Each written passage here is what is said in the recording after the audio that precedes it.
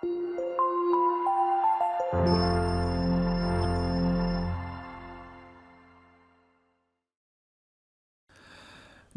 ಸ್ನೇಹಿತರೆ, ಅಮೋಘ ವರ್ಷ ಕೋಚಿಂಗ್ ಸೆಂಟರ್ ಯೂಟ್ಯೂಬ್ ಚಾನಲ್ಗೆ ನಿಮಗೆಲ್ಲ ಸ್ವಾಗತ. ಇವತ್ತಿನ ಪ್ರಮುಖವಾದಂತಹ ಕರೆಂಟ್ ಅಫೇರ್ಸ್ ಟಾಪಿಕ್ಗಳನ್ನು ಡಿಸ್ಕಸ್ ಮಾಡೋಣ. ಲಾಸ್ಟ್ ಸೆಷನ್ನಲ್ಲಿ ಕೇಳಲಾದಂತಹ ಪ್ರಶ್ನೆಯ ಸರಿಯಾದ ಉತ್ತರ ಏನು ಅಂತ ಮೊದಲು ತಿಳಿದುಕೊಳ್ಳೋದಾದರೆ, ಕರ್ನಾಟಕದ ಅತಿ ದೊಡ್ಡ ಸೌರ ವಿದ್ಯುತ್ ಸ್ಥಾವರ ಎಲ್ಲಿದೆ ಅಂತ ಪ್ರಶ್ನೆಯನ್ನು ಕೇಳಲಾಗಿತ್ತು.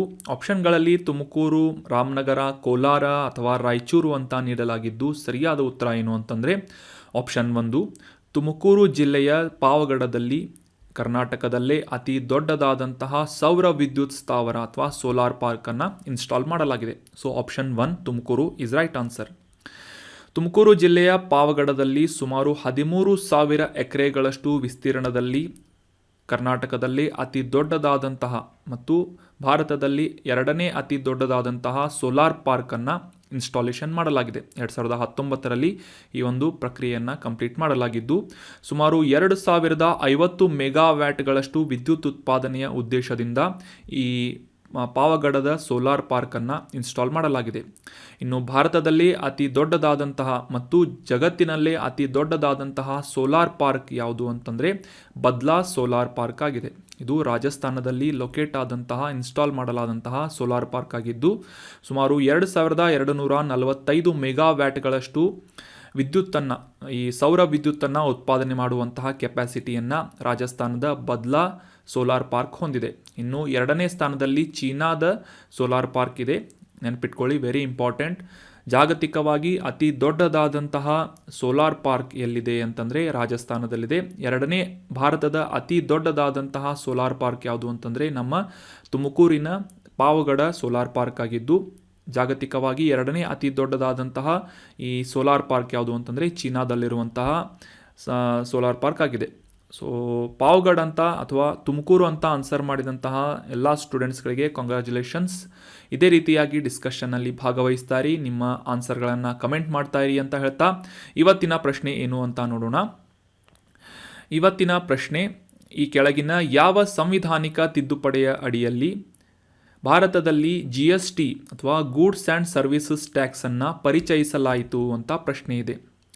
ಯಾವ ಒಂದು ಕಾನ್ಸ್ಟಿಟ್ಯೂಷನಲ್ ಅಮೆಂಡ್ಮೆಂಟ್ನಲ್ಲಿ GSTಯನ್ನು ಇಂಟ್ರಡ್ಯೂಸ್ ಮಾಡಲಾಯಿತು ಅಂತ ಪ್ರಶ್ನೆ ಇದ್ದು, ಆಪ್ಷನ್ಗಳಲ್ಲಿ 100ನೇ ಸಂವಿಧಾನದ ತಿದ್ದುಪಡಿ, ಆಪ್ಷನ್ 2 97ನೇ ಸಂವಿಧಾನದ ತಿದ್ದುಪಡಿ, ಅಥವಾ ಆಪ್ಷನ್ 3 101ನೇ ತಿದ್ದುಪಡಿ, ಆಪ್ಷನ್ 4 102ನೇ ಸಂವಿಧಾನದ ತಿದ್ದುಪಡಿ ಅಂತ ಇದೆ. ನಿಮ್ಮ ಉತ್ತರಗಳನ್ನು ಕಮೆಂಟ್ ಬಾಕ್ಸ್ನಲ್ಲಿ ಕಮೆಂಟ್ ಮಾಡಿ. GSTಯನ್ನು ಭಾರತದಲ್ಲಿ ಸಂವಿಧಾನದ ಎಷ್ಟನೇ ತಿದ್ದುಪಡಿಯನ್ನು ತರುವುದರ ಮೂಲಕ ಇಂಟ್ರಡ್ಯೂಸ್ ಮಾಡಲಾಯಿತು ಅಂತ ಕಮೆಂಟ್ ಬಾಕ್ಸ್ನಲ್ಲಿ ಕಮೆಂಟ್ ಮಾಡಿ. ಮುಂದಿನ ಸೆಷನ್ನಲ್ಲಿ ಇದಕ್ಕೆ ಸರಿಯಾದ ಉತ್ತರವನ್ನು ತಿಳಿದುಕೊಳ್ಳೋಣ. ಇನ್ನು ಇವತ್ತಿನ ಮೊದಲನೇ ಆರ್ಟಿಕಲ್ ಅರಾವಳಿ ಪರ್ವತ ಶ್ರೇಣಿಯ ಬಗ್ಗೆ ಇದ್ದು, ಸಾಕಷ್ಟು ಪ್ರಮುಖವಾದಂತಹ ಖನಿಜ ಸಂಪನ್ಮೂಲಗಳನ್ನು ಒಳಗೊಂಡಿರುವಂತಹ ಈ ಅರಾವಳಿ ಪರ್ವತ ಶ್ರೇಣಿಯಲ್ಲಿ ಅಕ್ರಮ ಗಣಿಗಾರಿಕೆಯನ್ನು ತಡೆಗಟ್ಟುವಂತಹ ಉದ್ದೇಶದಿಂದ ಮತ್ತು ಈ ಪರ್ವತ ಶ್ರೇಣಿಯ ಸಂರಕ್ಷಣೆಯ ಉದ್ದೇಶದಿಂದ ಅರಾವಳಿ ಪುನರುಜ್ಜೀವನ ಮಂಡಳಿ ಎಂಬುವ 7 ಸದಸ್ಯರ ತಂಡವನ್ನು ರಚಿಸಲಾಗಿದೆ ಅಂತ ರೀಸೆಂಟಾಗಿ ನ್ಯೂಸ್ನಲ್ಲಿ ಪಬ್ಲಿಷ್ ಆಗಿತ್ತು. ಸೊ ಹೀಗಾಗಿ ಈ ಜಾಗ್ರಫಿಗೆ ಸಂಬಂಧಪಟ್ಟಂತಹ ಒಂದು ಆರ್ಟಿಕಲ್ ಅರಾವಳಿ ಪರ್ವತ ಶ್ರೇಣಿಯ ಕುರಿತಾದಂತಹ ಡೀಟೇಲ್ ಆದಂತಹ ಮಾಹಿತಿಯನ್ನು ಈ ಆರ್ಟಿಕಲ್ನಲ್ಲಿ ಡಿಸ್ಕಸ್ ಮಾಡೋಣ. ಭಾರತದಲ್ಲಿರುವಂತಹ, ಅದರಲ್ಲೂ ಉತ್ತರ ಭಾಗದಲ್ಲಿರುವಂತಹ ಈ ಹಳೆಯ ಮಡಿಕೆ ಪರ್ವತಗಳಿಂದ ರೂಪಿತವಾದಂತಹ ಪರ್ವತ ಶ್ರೇಣಿ ಅರಾವಳಿ ಪರ್ವತ ಶ್ರೇಣಿಯಾಗಿದೆ. ನಮ್ಮ ರಾಜಧಾನಿಯಾದಂತಹ ದೆಹಲಿಯ ನೈಋತ್ಯ ಭಾಗದಿಂದ ದಕ್ಷಿಣ ಪಶ್ಚಿಮ ಭಾಗದಿಂದ ಸುಮಾರು 670 ಕಿಲೋಮೀಟರ್ಗಳಷ್ಟು ಮತ್ತು ಹರಿಯಾಣ ರಾಜ್ಯ, ರಾಜಸ್ಥಾನ್ ಮತ್ತು ಗುಜರಾತ್ವರೆಗೆ ವ್ಯಾಪಿಸಿರುವಂತಹ 670 ಕಿಲೋಮೀಟರ್ಗಳಷ್ಟು ವ್ಯಾಪಿಸಿರುವಂತಹ ಪರ್ವತ ಶ್ರೇಣಿ ಈ ಇಮೇಜ್ನಲ್ಲಿ ನೋಡ್ಬೋದು ಅರಾವಳಿ ಪರ್ವತ ಶ್ರೇಣಿಯಾಗಿದೆ. ದೆಹಲಿಯ ನೈಋತ್ಯ ಭಾಗದಲ್ಲಿ ಈ ಒಂದು ಡೈರೆಕ್ಷನ್ನಲ್ಲಿ ರಾಜಸ್ಥಾನ್, ಗುಜರಾತ್ವರೆಗೆ ವ್ಯಾಪಿಸಿರುವಂತಹ ಪರ್ವತ ಶ್ರೇಣಿ ಅರಾವಳಿ ಪರ್ವತ ಶ್ರೇಣಿಯಾಗಿ ಗುರುತಿಸಿಕೊಳ್ಳುತ್ತದೆ. ಈ ಅರಾವಳಿ ಪರ್ವತ ಶ್ರೇಣಿಯ ಅತ್ಯಂತ ಎತ್ತರದ ಶಿಖರ ಯಾವುದು ಅಂತಂದರೆ 1722 ಮೀಟರ್ ಎತ್ತರ ಇರುವಂತಹ ಗುರು ಶಿಖರ ಆಗಿದೆ. ಇದು ಲೊಕೇಟ್ ಆಗಿರುವಂತಹ ಸ್ಥಳ ಯಾವುದು ಅಂತಂದರೆ ರಾಜಸ್ಥಾನದ ರಾಜ್ಯದ ಅರ್ಬುದ ಪರ್ವತಗಳಲ್ಲಿ ಈ ಗುರು ಶಿಖರವನ್ನು ನಾವು ಕಾಣಬಹುದು. ಇದು ಅರಾವಳಿ ಪರ್ವತ ಶ್ರೇಣಿಯ ಅತ್ಯಂತ ಎತ್ತರದ ಶಿಖರವಾಗಿದೆ ಅನ್ನೋದು examination point of view important ಆದಂತಹ ಮಾಹಿತಿಯಾಗಿದೆ. ಅಷ್ಟೇ ಅಲ್ಲದೆ ಈ ಪರ್ವತ ಶ್ರೇಣಿಯ ಮೂಲಕ ಸಾಕಷ್ಟು ನದಿಗಳು ಕೂಡ ಹರಿಯುವುದನ್ನು ನಾವು ಕಾಣಬಹುದಾಗಿದ್ದು, ಅದರಲ್ಲಿ ಮುಖ್ಯವಾಗಿ ಯಮುನಾ ನದಿಯ ಉಪನದಿಗಳಾದಂತಹ ಬಾನಸ್ ಮತ್ತು ಸಾಹಿಬಿ ಮತ್ತು ಲೂನಿ ನದಿ ಈ ಪರ್ವತ ಶ್ರೇಣಿಯ ಮೂಲಕ ಹಾದು ಹೋಗುವುದನ್ನು ನಾವು ಕಾಣಬಹುದಾಗಿದೆ. ಈ ಬಾನಸ್ ಮತ್ತು ಸಾಹಿಬಿ ನದಿಗಳು ಮುಂದೆ ಹೋಗಿ ಯಮುನಾ ನದಿಯನ್ನು ಸೇರಿದರೆ ಲೂನಿ ನದಿ ರನ್ ಆಫ್ ಕಚ್ ಅಥವಾ ಗುಜರಾತಿನ ಈ ರನ್ ಆಫ್ ಕಚ್ ಪ್ರದೇಶದಲ್ಲಿ ಡ್ರೈನ್ ಆಗುವುದನ್ನು ನಾವು ಗುರುತಿಸಬಹುದಾಗಿದೆ. ಇನ್ನು ಈ ಅರಾವಳಿ ಪರ್ವತ ಶ್ರೇಣಿಯ ಭೂವೈಜ್ಞಾನಿಕ ವಿಷಯವನ್ನು ಅರ್ಥ ಮಾಡ್ಕೊಳ್ಳೋದಾದರೆ, ಅರಾವಳಿ ದೆಹಲಿ ಓರೋಜಿನಿಕ್ ಬೆಲ್ಟ್ನ ಭಾಗವಾಗಿರುವಂತಹ ಈ ಒಂದು ಪರ್ವತ ಶ್ರೇಣಿ 2500 ವರ್ಷಗಳಷ್ಟು ಹಳೆಯದಾದಂತಹ ಪ್ರೋಟೆರೋಜೋಯಿಕ್ ಯುಗದಲ್ಲಿ, ಅದಕ್ಕಿಂತ ಹಳೆಯದಾದಂತಹ ಪ್ರೋಟೋರೋಜೋಯಿಕ್ ಯುಗವನ್ನು ಅಂದರೆ ಸುಮಾರು 2500 ವರ್ಷಗಳಷ್ಟು ಹಳೆಯದಾದಂತಹ ಒಂದು ಶ್ರೇಣಿ, ಪರ್ವತ ಶ್ರೇಣಿ ಅರಾವಳಿ ಪರ್ವತ ಶ್ರೇಣಿ ಅಂತ ಗುರುತಿಸಿಕೊಳ್ಳುತ್ತೆ. Very important, note ಮಾಡಿಟ್ಕೊಳ್ಳಿ.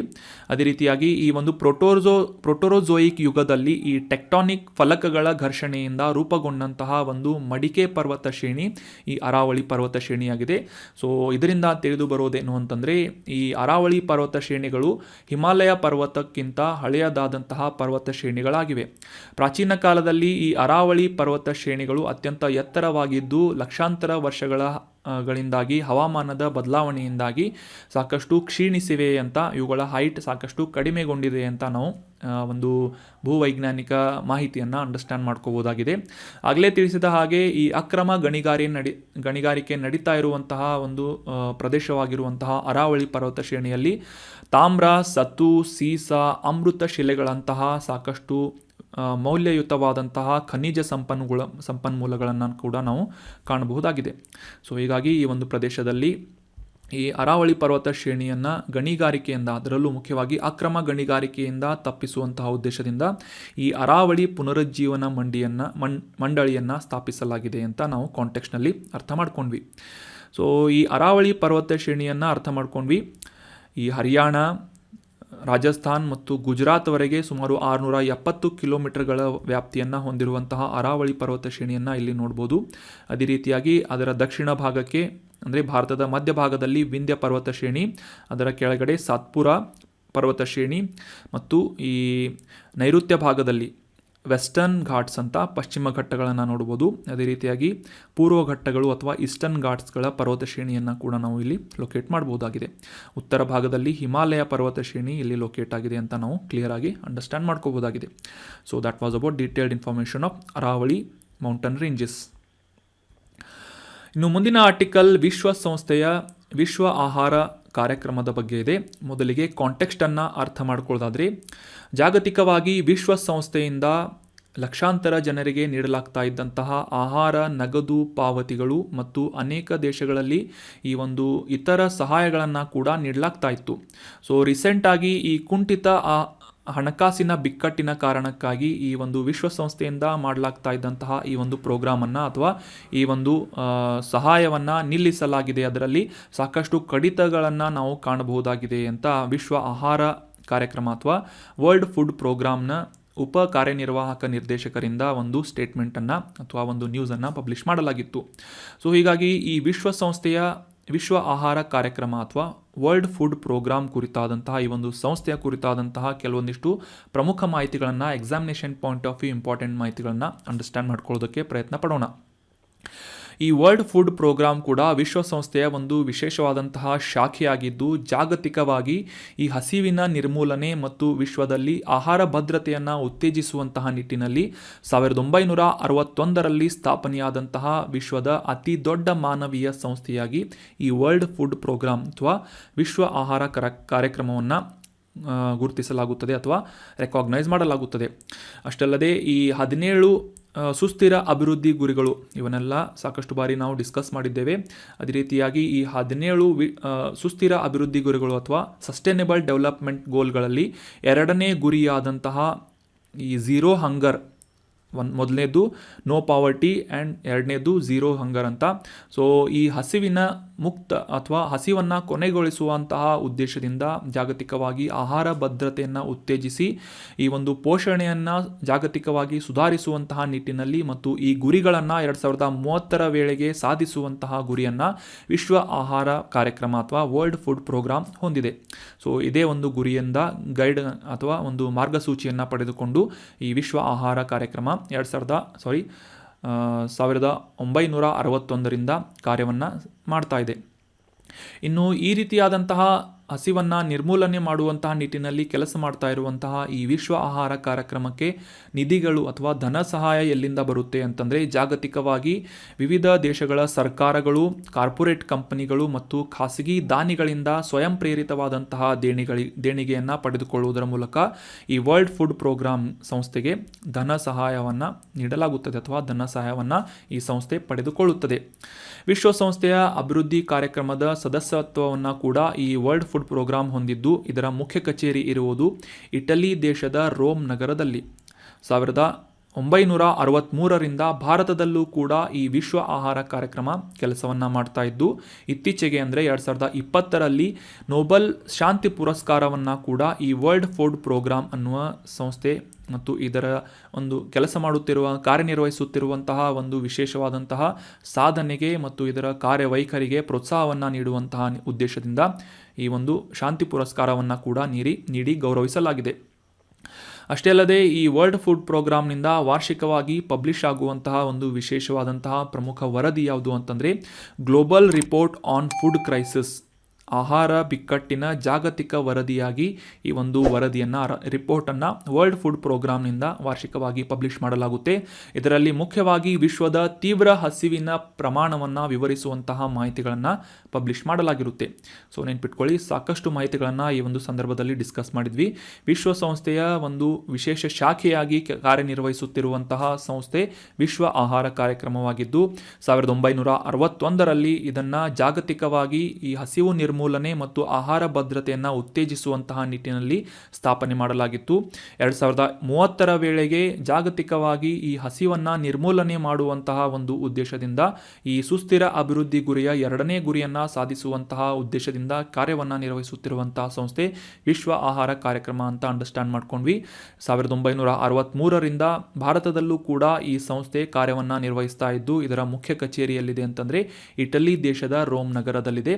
ಇತ್ತೀಚೆಗೆ ಅಂದರೆ 2020ರಲ್ಲಿ ನೊಬೆಲ್ ಶಾಂತಿ ಪುರಸ್ಕಾರವನ್ನು ಕೂಡ ಈ ವಿಶ್ವ ಆಹಾರ ಕಾರ್ಯಕ್ರಮಕ್ಕೆ ನೀಡಲಾಯಿತು ಅಂತ ಮಾಹಿತಿಗಳನ್ನು ಡಿಸ್ಕಸ್ ಮಾಡಿದ್ವಿ. ಸೊ ನೋಟ್ ಮಾಡಿ ಇಟ್ಕೊಳ್ಳಿ. ಅದೇ ರೀತಿಯಾಗಿ global report on food crisis ಅನ್ನುವ ಈ ಒಂದು ವರದಿಯನ್ನು ಕೂಡ ಈ ವಿಶ್ವ ಆಹಾರ ಕಾರ್ಯಕ್ರಮದಿಂದ ಪಬ್ಲಿಷ್ ಮಾಡಲಾಗುತ್ತದೆ. ಇನ್ನು ಮುಂದಿನ ಆರ್ಟಿಕಲ್ ಜಾಗ್ರಫಿಗೆ ಸಂಬಂಧಪಟ್ಟಂತಹ ಒಂದು ಕಾನ್ಸೆಪ್ಟ್ ಕುರಿತಾದಂತಹ ಮಾಹಿತಿಯಾಗಿದೆ. ಪರ್ಮಾಫ್ರಾಸ್ಟ್ ಅಂತ ನೀವೆಲ್ಲ ಜಾಗ್ರಫಿಯಲ್ಲಿ ಓದಿರ್ತೀರಿ. ಓದಿಲ್ಲ ಅಂತಂದರೆ ಏನೂ ಪ್ರಾಬ್ಲಮ್ ಇಲ್ಲ, ಕ್ಲಿಯರ್ ಆಗಿ ಈ ಒಂದು ಆರ್ಟಿಕಲ್ನಲ್ಲಿ ನಾವು ಈ ಒಂದು ಕಾನ್ಸೆಪ್ಟ್ ಬಗ್ಗೆ ಅಂಡರ್ಸ್ಟ್ಯಾಂಡ್ ಮಾಡ್ಕೊಳ್ಳೋಣ. ಮೊದಲಿಗೆ ಈ ಪರ್ಮಾಫ್ರಾಸ್ಟ್ ನ್ಯೂಸ್ನಲ್ಲಿ ಯಾಕೆ ಇತ್ತು ಅಂತ ಕಾಂಟೆಕ್ಸ್ಟನ್ನು ಅರ್ಥ ಮಾಡ್ಕೊಳ್ಳೋದಾದರೆ, ರಷ್ಯಾದಲ್ಲಿರುವಂತಹ ಜಗತ್ತಿನಲ್ಲೇ ಅತಿ ತಂಪಾದ ಪ್ರದೇಶಗಳಲ್ಲಿ ಒಂದಾದಂತಹ ಸೈಬೀರಿಯಾದಲ್ಲಿ ಸುಮಾರು 46,000 ವರ್ಷಗಳ ಹಿಂದೆ ಹೆಪ್ಪುಗಟ್ಟಿದಂತಹ ಒಂದು ಹುಳುವನ್ನು ಪುನರುಜ್ಜೀವನಗೊಳಿಸಲಾಗಿದೆ ಅಂತ, ವರ್ಮ್ ಅಥವಾ ಹುಳವನ್ನು ಪುನರುಜ್ಜೀವನಗೊಳಿಸಲಾಗಿದೆ, ಅದಕ್ಕೆ ಜೀವವನ್ನು ತರಲಾಗಿದೆ ಅಂತ ನ್ಯೂಸ್ನಲ್ಲಿ ಪಬ್ಲಿಷ್ ಆಗಿತ್ತು. ಸೊ ಹೀಗಾಗಿ ಈ ಪರ್ಮಾಫ್ರಾಸ್ಟ್ ಅಂದರೆ ಏನು ಅಂತ ನಮಗೆ examination point of view important ಆಗುತ್ತದೆ. ಸೊ ಹೀಗಾಗಿ ಈ ಕಾನ್ಸೆಪ್ಟ್ ಬಗ್ಗೆ ಕ್ಲಿಯರ್ ಆಗಿ ಈ ಒಂದು ಆರ್ಟಿಕಲ್ನಲ್ಲಿ ಡಿಸ್ಕಸ್ ಮಾಡೋಣ. ಪರ್ಮಾಫ್ರಾಸ್ಟ್ PERMAFROST ಅಂತ ಇದರ ಒಂದು ಸ್ಪೆಲ್ಲಿಂಗ್ ಆಗಿದೆ, ಪರ್ಮಾಫ್ರಾಸ್ಟ್ ಅಂತ. ಕನಿಷ್ಠ 2 ವರ್ಷಗಳ ಕಾಲ ಸಂಪೂರ್ಣವಾಗಿ ಹೆಪ್ಪುಗಟ್ಟಿದಂತಹ ಯಾವುದೇ ಒಂದು ನೆಲವನ್ನು, ಅಂದರೆ 0 ಡಿಗ್ರಿ ಸೆಲ್ಸಿಯಸ್ಗಿಂತ ತಂಪಾದಂತಹ ಒಂದು ಪ್ರದೇಶ, ಸತತವಾಗಿ 2 ವರ್ಷಗಳ ಕಾಲ ಹೆಪ್ಪುಗಟ್ಟಿದಂತಹ ಒಂದು ಪ್ರದೇಶವನ್ನು ಅಥವಾ ನೆಲವನ್ನು ಪರ್ಮಾಫ್ರಾಸ್ಟ್ ಸಾಯಿಲ್ ಅಂತ ಕರೆಯಲಾಗುತ್ತದೆ. ಪರ್ಮಾಫ್ರಾಸ್ಟ್ ಅಂತ ನೆನ್ಪಿಟ್ಕೊಳ್ಳಿ. ಕನಿಷ್ಠ 2 ವರ್ಷಗಳವರೆಗೆ ಸತತವಾಗಿ ಸಂಪೂರ್ಣವಾಗಿ ಹೆಪ್ಪುಗಟ್ಟಿರುವಂತಹ ಒಂದು ಪ್ರದೇಶವನ್ನು, ಅಂದರೆ 0 ಡಿಗ್ರಿ ಸೆಲ್ಸಿಯಸ್ಗಿಂತ ಕಡಿಮೆಯಾದಂತಹ ಒಂದು ನೆಲವನ್ನು, ಭೂಮಿಯನ್ನು ಪರ್ಮಾಫ್ರಾಸ್ಟ್ ಅಂತ ಕರೆಯಲಾಗುತ್ತೆ. ಈ ಒಂದು ಇಮೇಜ್ನಲ್ಲಿ ನೋಡ್ಬೋದು, ಈ ಭೂಮಿಯ ಮೇಲೆ ಯಾವ ರೀತಿಯಾಗಿ ಹುಲ್ಲು ಬೆಳೆದಿದೆ, ಅದರ ಕೆಳಗಡೆ ಕಂಪ್ಲೀಟಾಗಿ ಏನು ಈ ಹೆಪ್ಪುಗಟ್ಟಿರುವಂತಹ ಮಣ್ಣನ್ನು ಅಥವಾ ಒಂದು ನೆಲವನ್ನು ನಾವು ಕಾಣ್ಬೋದು. So this is permafrost. ಕನಿಷ್ಠ 2 ವರ್ಷಗಳ ಕಾಲ ಅಂತ ಅನ್ನೋದು ಇಂಪಾರ್ಟೆಂಟ್ ಆದಂತಹ ಮಾಹಿತಿಯಾಗಿದೆ, ನೆನ್ಪಿಟ್ಕೊಳ್ಳಿ.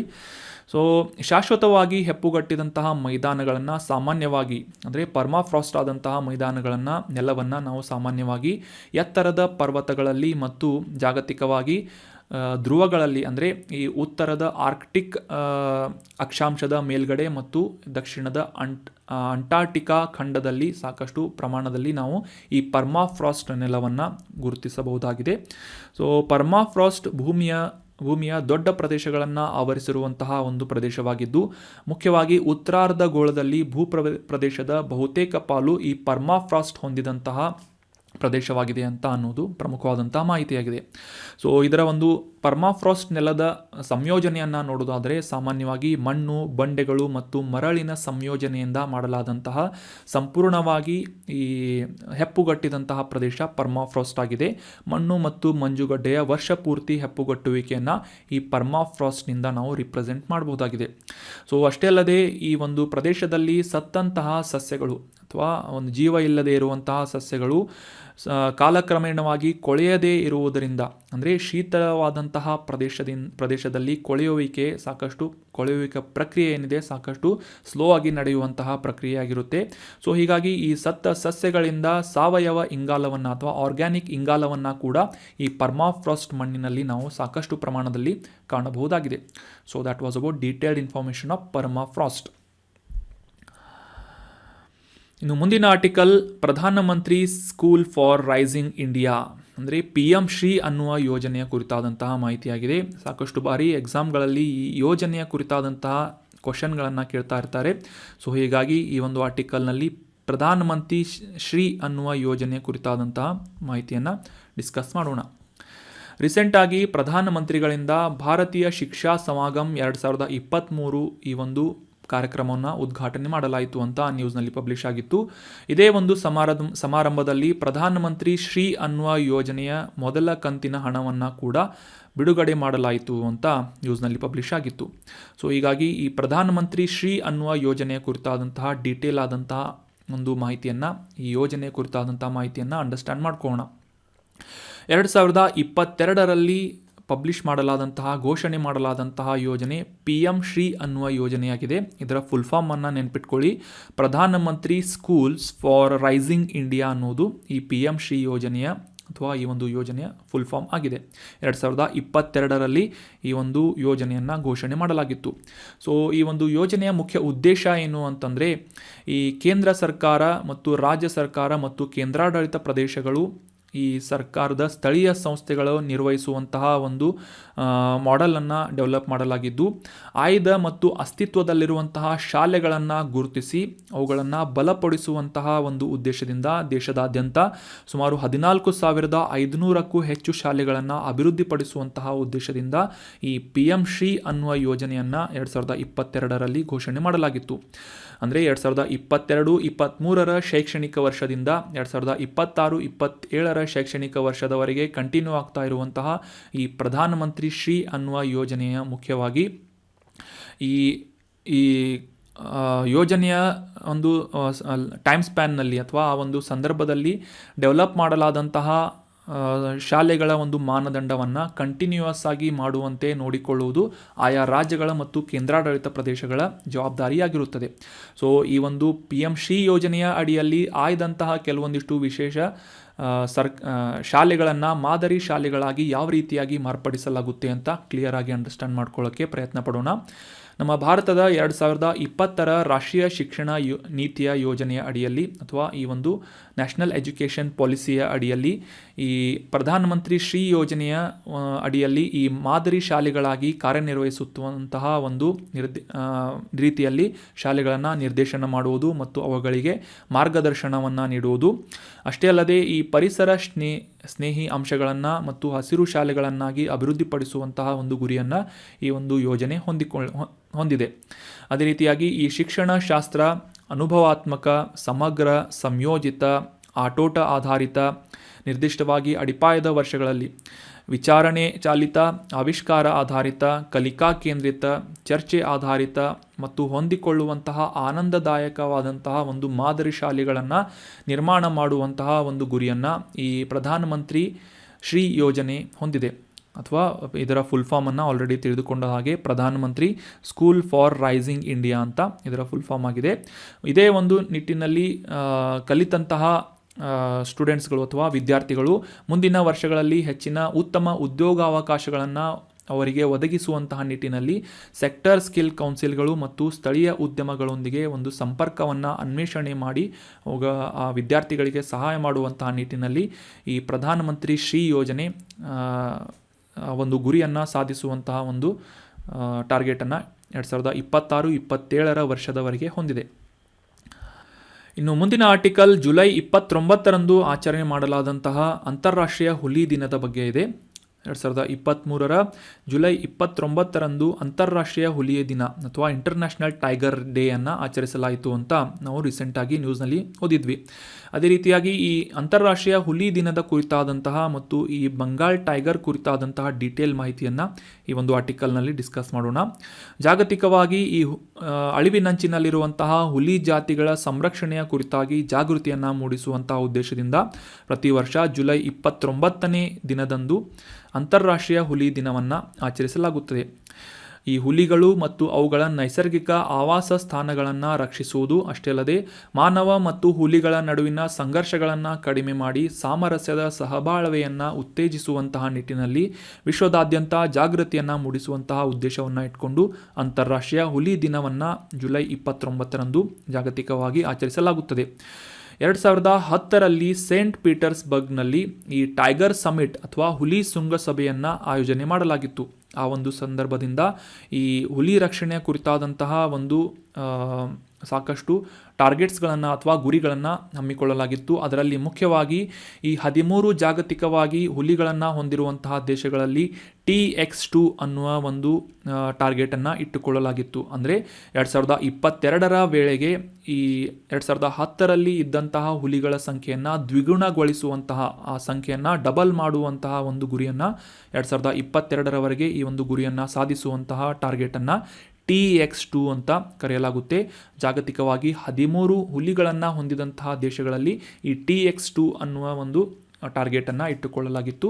ಸೊ ಅಂತಾರಾಷ್ಟ್ರೀಯ ಹುಲಿ ದಿನವನ್ನು 2010ರಿಂದ ಇದೇ ಒಂದು ಉದ್ದೇಶಕ್ಕಾಗಿ ಜುಲೈ 29ರಂದು ಆಯೋಜನೆ ಮಾಡಬೇಕು ಅಂತ ಆಚರಣೆ ಮಾಡಬೇಕು ಅಂತ ನಿರ್ಧಾರವನ್ನು ಕೂಡ ಮಾಡಲಾಗಿತ್ತು. ಸೊ ನೆನಪಿಟ್ಕೊಳ್ಳಿ, TX2 ಅಂದರೆ ಏನು ಅಂತ ಕ್ಲಿಯರ್ ಆಗಿ ಅಂಡರ್ಸ್ಟ್ಯಾಂಡ್ ಮಾಡ್ಕೊಂಡ್ರಿ. ಅದೇ ರೀತಿಯಾಗಿ ಈ ಅಂತಾರಾಷ್ಟ್ರೀಯ ಹುಲಿ ದಿನವನ್ನು ಜುಲೈ 29ರಂದು ಆಚರಿಸಲಾಗುತ್ತೆ ಅಂತ ತಿಳ್ಕೊಂಡ್ರಿ. ಅದೇ ರೀತಿಯಾಗಿ ಸೇಂಟ್ ಪೀಟರ್ಸ್ಬರ್ಗ್ನಲ್ಲಿ ಟೈಗರ್ ಸಮಿಟನ್ನು 2010ರಲ್ಲಿ ಆಯೋಜನೆ ಮಾಡಲಾಗಿತ್ತು. ಆ ವರ್ಷದಿಂದ ಅಂತಾರಾಷ್ಟ್ರೀಯ ಹುಲಿ ದಿನವನ್ನು ಆಚರಿಸಲಾಗುತ್ತದೆ ಅಂತ ತಿಳ್ಕೊಂಡ್ವಿ. ಅದೇ ರೀತಿಯಾಗಿ ಈ ದಿನಾಚರಣೆಯ ಮುಖ್ಯ ಉದ್ದೇಶ ಏನು ಅಂತ ಕೂಡ ಕ್ಲಿಯರ್ ಆಗಿ ಅಂಡರ್ಸ್ಟ್ಯಾಂಡ್ ಮಾಡ್ಕೊಂಡ್ರಿ. ಇನ್ನು ಭಾರತದ ಈ ಬೆಂಗಾಲ್ ಟೈಗರ್ಸ್ ಅಥವಾ ರಾಯಲ್ ಬೆಂಗಾಲ್ ಟೈಗರ್ಸ್ ಕುರಿತಾದಂತಹ ಕೆಲವೊಂದಿಷ್ಟು ಪ್ರಮುಖ ಅಂಶಗಳನ್ನು ತಿಳಿದುಕೊಳ್ಳೋದಾದರೆ, ಈ ಹುಲಿ ಜಾತಿಯ ಉಪಜಾತಿಯಾಗಿದ್ದು ಈ ಪ್ಯಾಂಥೆರಾ ಟೈಗ್ರಿಸ್ ಅನ್ನೋದು ಈ ಬೆಂಗಾಲ್ ಟೈಗರ್ನ ಅಥವಾ ಬೆಂಗಾಲ್ ಹುಲಿಗಳ ಒಂದು ವೈಜ್ಞಾನಿಕ ಹೆಸರಾಗಿದೆ. ಪ್ಯಾಂಥೆರಾ ಟೈಗ್ರಿಸ್ ಅಂತ. ಭಾರತವಷ್ಟೇ ಅಲ್ಲದೆ ಈ ರಾಯಲ್ ಬೆಂಗಾಲ್ ಟೈಗರ್ಸ್ಗಳನ್ನು ಬಾಂಗ್ಲಾದೇಶ, ಭೂತಾನ್, ನೇಪಾಳ ದೇಶಗಳಲ್ಲಿ ಕಾಣಬಹುದಾಗಿದ್ದು ಮುಖ್ಯವಾಗಿ ಈ ಕಿತ್ತಳೆ ಹೊದಿಕೆಯನ್ನು ಹೊಂದಿರುವಂತಹ ಈ ಬೆಂಗಾಲ್ ಟೈಗರ್ಗಳು ಕಪ್ಪು ಪಟ್ಟಿಗಳನ್ನು ಅಥವಾ ಕಂದು ಪಟ್ಟಿಗಳನ್ನು ಹೊಂದಿರುತ್ತವೆ. ಅಷ್ಟೇ ಅಲ್ಲದೆ ಈ ಒಂದು ಜೆನೆಟಿಕಲ್ ಮ್ಯೂಟೇಷನ್ ಅಥವಾ ಈ ಆನುವಂಶಿಕವಾದಂತಹ ಬದಲಾವಣೆಗಳ ಕಾರಣದಿಂದಾಗಿ ಬಿಳಿ ಮತ್ತು ಕಪ್ಪು ಪಟ್ಟಿಯ ಅಂದರೆ ಬಿಳಿ ಚರ್ಮದ ಕಪ್ಪು ಪಟ್ಟಿಯ ಹುಲಿಗಳನ್ನು ಕೂಡ ನಾವು ಬೆಂಗಾಲ್ ಟೈಗರ್ಗಳನ್ನು ಕಾಣಬಹುದಾಗಿದೆ. So that was about brief information of royal Bengal tigers. ಇನ್ನು ಇವತ್ತು ಡಿಸ್ಕಸ್ ಮಾಡಲಾದಂತಹ ಎಲ್ಲ ಆರ್ಟಿಕಲ್ಸ್ಗಳನ್ನು ಈ ಸ್ಟೇಟ್ಮೆಂಟ್ಗಳ ಸರಿ ತಪ್ಪುಗಳನ್ನು ಗುರುತಿಸುವುದರೊಂದಿಗೆ ಆನ್ಸರ್ ಮಾಡೋದಕ್ಕೆ ಮತ್ತು ರಿವೈಸ್ ಮಾಡೋದಕ್ಕೆ ಪ್ರಯತ್ನ ಪಡೋಣ. ಮೊದಲನೇ ಸ್ಟೇಟ್ಮೆಂಟ್ನಲ್ಲಿ ಈ ಅರಾವಳಿ ಪರ್ವತ ಶ್ರೇಣಿ ಪ್ರಪಂಚದ ಅತ್ಯಂತ ಹಳೆಯ ಮಡಿಕೆ ಪರ್ವತಗಳಲ್ಲಿ ಒಂದಾಗಿದೆ ಅಂತ ಇದೆ. ಈ ಸ್ಟೇಟ್ಮೆಂಟ್ ಸರಿಯಾದಂತಹ ಸ್ಟೇಟ್ಮೆಂಟ್ ಆಗಿದೆ. ಟ್ರೂ ಅಂತ ಟೈಪ್ ಮಾಡೋಣ. ಸೊ ಯಾವ ರೀತಿ ಅಂತಂದರೆ, ಈ ಪ್ರೋಟೋರೋಝೋಯಿಕ್ ಯುಗ ಸುಮಾರು 2500 ವರ್ಷಗಳಷ್ಟು ಹಳೆಯದಾದಂತಹ ಈ ಅರಾವಳಿ ಪರ್ವತ ಶ್ರೇಣಿಗಳು ಪ್ರೋಟೋಜೋಯಿಕ್ ಯುಗದಲ್ಲಿ ಈ ಟೆಕ್ಟಾನಿಕ್ ಫಲಕಗಳ ಘರ್ಷಣೆಯಿಂದ ಉತ್ಪತ್ತಿಯಾದಂತಹ ಅಥವಾ ರೂಪಿತವಾದಂತಹ ಮಡಿಕೆ ಪರ್ವತಗಳಾಗಿವೆ. ಸೊ ಹೀಗಾಗಿ ಜಗತ್ತಿನಲ್ಲಿ ಅತಿ ಹಳೆಯದಾದಂತಹ ಪರ್ವತ ಶ್ರೇಣಿಗಳಲ್ಲಿ ಈ ಅರಾವಳಿ ಪರ್ವತ ಶ್ರೇಣಿಗಳು ಕೂಡ ಒಂದಾಗಿದೆ ಅಂತ ನಾವು ಅಂಡರ್ಸ್ಟ್ಯಾಂಡ್ ಮಾಡ್ಕೊಂಡ್ವಿ. ಸೊ ಮೊದಲನೇ ಸ್ಟೇಟ್ಮೆಂಟ್ ಸರಿಯಾದಂತಹ ಸ್ಟೇಟ್ಮೆಂಟ್ ಆಗಿದೆ. ಇನ್ನು ಎರಡನೇ ಸ್ಟೇಟ್ಮೆಂಟ್, WHO ಅಥವಾ ವರ್ಲ್ಡ್ ಹೆಲ್ತ್ ಆರ್ಗನೈಸೇಷನ್ ಅನ್ನುವ ಸಂಸ್ಥೆಯಿಂದ ಬಿಡುಗಡೆ ಮಾಡಲಾದಂತಹ ವರದಿ global report on food crisis ಅಥವಾ ಆಹಾರ ಬಿಕ್ಕಟ್ಟಿನ ಜಾಗತಿಕ ವರದಿಯಾಗಿದೆ ಅಂತ ಸ್ಟೇಟ್ಮೆಂಟ್ ಇದೆ. ಸೊ ಈ ಸ್ಟೇಟ್ಮೆಂಟ್ ಏನಾಗುತ್ತೆ ಅಂತಂದರೆ ತಪ್ಪಾದಂತಹ ಸ್ಟೇಟ್ಮೆಂಟ್, ಫಾಲ್ಸ್ ಆದಂತಹ ಸ್ಟೇಟ್ಮೆಂಟ್ ಆಗಿದೆ. ಯಾಕಂತಂದರೆ ಈ ವರ್ಲ್ಡ್ ಫುಡ್ ಪ್ರೋಗ್ರಾಮ್ನಿಂದ, WHO ಅಲ್ಲ, ವರ್ಲ್ಡ್ ಫುಡ್ ಪ್ರೋಗ್ರಾಮ್ ಅನ್ನುವ ವಿಶ್ವ ಆಹಾರ ಕಾರ್ಯಕ್ರಮ ಅನ್ನುವ ಸಂಸ್ಥೆಯಿಂದ ಈ global report on food crisis ಅನ್ನುವ ರಿಪೋರ್ಟನ್ನು ಪಬ್ಲಿಷ್ ಮಾಡಲಾಗುತ್ತೆ, WHOದಿಂದ ಅಲ್ಲ. ಇನ್ನು ಮೂರನೇ ಸ್ಟೇಟ್ಮೆಂಟ್, ಪರ್ಮಾಫ್ರಾಸ್ಟ್ ಎನ್ನುವುದು ಕನಿಷ್ಠ 100 ವರ್ಷಗಳ ಕಾಲ ಸಂಪೂರ್ಣವಾಗಿ ಹೆಪ್ಪುಗಟ್ಟಿರುವಂತಹ ಅಂದರೆ 0 ಡಿಗ್ರಿ ಸೆಲ್ಸಿಯಸ್ಗಿಂತ ಕಡಿಮೆಯಾದಂತಹ ನೆಲವನ್ನು ಗುರುತಿಸಲಾಗುತ್ತೆ ಅಂತ ಇದೆ. ಸೊ ಈ ಸ್ಟೇಟ್ಮೆಂಟ್ ಏನಾಗುತ್ತೆ, ತಪ್ಪಾಗುತ್ತೆ. ಯಾಕಂತಂದರೆ ಸತತವಾಗಿ 2 ವರ್ಷಗಳ ಕಾಲ ಸಂಪೂರ್ಣವಾಗಿ ಹೆಪ್ಪುಗಟ್ಟಿರುವಂತಹ ನೆಲವನ್ನು ಪರ್ಮಾಫ್ರಾಸ್ಟ್ ಅನ್ನಲಾಗುತ್ತೆ ಅಂತ ನಾವು ಈ ಒಂದು ಕಾನ್ಸೆಪ್ಟನ್ನು ಕ್ಲಿಯರ್ ಆಗಿ ಅಂಡರ್ಸ್ಟ್ಯಾಂಡ್ ಮಾಡ್ಕೊಂಡ್ವಿ. ಕನಿಷ್ಠ 2 ವರ್ಷಗಳು ಇಸ್ ರೈಟ್ ಆನ್ಸರ್. 100 ವರ್ಷ ಅನ್ನೋದು ತಪ್ಪಾದಂತಹ ಸ್ಟೇಟ್ಮೆಂಟ್ ಆಗಿದೆ.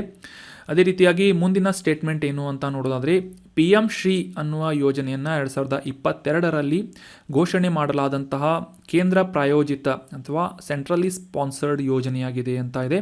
ಸೊ ಈ ಸ್ಟೇಟ್ಮೆಂಟ್ ಕೂಡ ಸರಿಯಾದಂತಹ ಸ್ಟೇಟ್ಮೆಂಟ್ ಆಗಿದೆ, ಟ್ರೂ ಸ್ಟೇಟ್ಮೆಂಟ್ ಆಗಿದೆ. PM ಶ್ರೀ ಯೋಜನೆ ಬಗ್ಗೆ ತಿಳ್ಕೊಂಡ್ವಿ. ಸೊ ಅದೇ ಒಂದು ಸಂದರ್ಭದಲ್ಲಿ 2022ರಲ್ಲಿ ಈ ಒಂದು ಯೋಜನೆಯನ್ನು ಘೋಷಣೆ ಮಾಡಲಾಗಿತ್ತು. ದೇಶದಾದ್ಯಂತ ಮಾದರಿ ಶಾಲೆಗಳನ್ನು ರೂಪಿಸುವಂತಹ ಒಂದು ಉದ್ದೇಶವನ್ನು ಈ PM ಶ್ರೀ ಅನ್ನುವ ಯೋಜನೆ ಹೊಂದಿದೆ. ಮುಂದಿನ ಸ್ಟೇಟ್ಮೆಂಟ್, ಈ ಅಂತಾರಾಷ್ಟ್ರೀಯ ಹುಲಿ ದಿನವನ್ನು ಪ್ರತಿ ವರ್ಷ ಜುಲೈ 29ರಂದು ಆಚರಿಸಲಾಗುತ್ತೆ ಅಂತ ಸ್ಟೇಟ್ಮೆಂಟ್ ಇದ್ದು, ಈ ಸ್ಟೇಟ್ಮೆಂಟ್ ಕೂಡ ಸರಿಯಾದಂತಹ ಟ್ರೂ ಸ್ಟೇಟ್ಮೆಂಟ್ ಆಗಿದೆ. ಯಾಕಂತಂದರೆ 2010ನೇ ಇಸವಿಯಲ್ಲಿ ಈ ಜಾಗತಿಕವಾದಂತಹ ಒಂದು ಹುಲಿ ಶೃಂಗಸಭೆಯನ್ನು, ಟೈಗರ್ ಸಮಿಟನ್ನು ಆಯೋಜನೆ ಮಾಡಲಾಗಿತ್ತು. ಸೊ ಆ ಒಂದು ಸಂದರ್ಭದಿಂದ ಪ್ರತಿ ವರ್ಷ ಜುಲೈ 29ರಂದು ಅಂತಾರಾಷ್ಟ್ರೀಯ ಹುಲಿ ದಿನವನ್ನು ಆಚರಿಸಲಾಗುತ್ತೆ ಅಂತ ನಾವು ಡೀಟೇಲ್ ಆಗಿ ಡಿಸ್ಕಸ್ ಮಾಡಿದ್ವಿ. So that was all about today's discussion. ಈ ಕಂಟೆಂಟನ್ನು ನಿಮ್ಮ ಎಲ್ಲ ಫ್ರೆಂಡ್ಸ್ಗಳ ಜೊತೆ ಶೇರ್ ಮಾಡಿ, ಎಲ್ಲ ಅಸ್ಪಿರೆಂಟ್ಸ್ಗಳ ಜೊತೆ ಶೇರ್ ಮಾಡಿ. Thank you so much for joining the discussion. Have a nice day.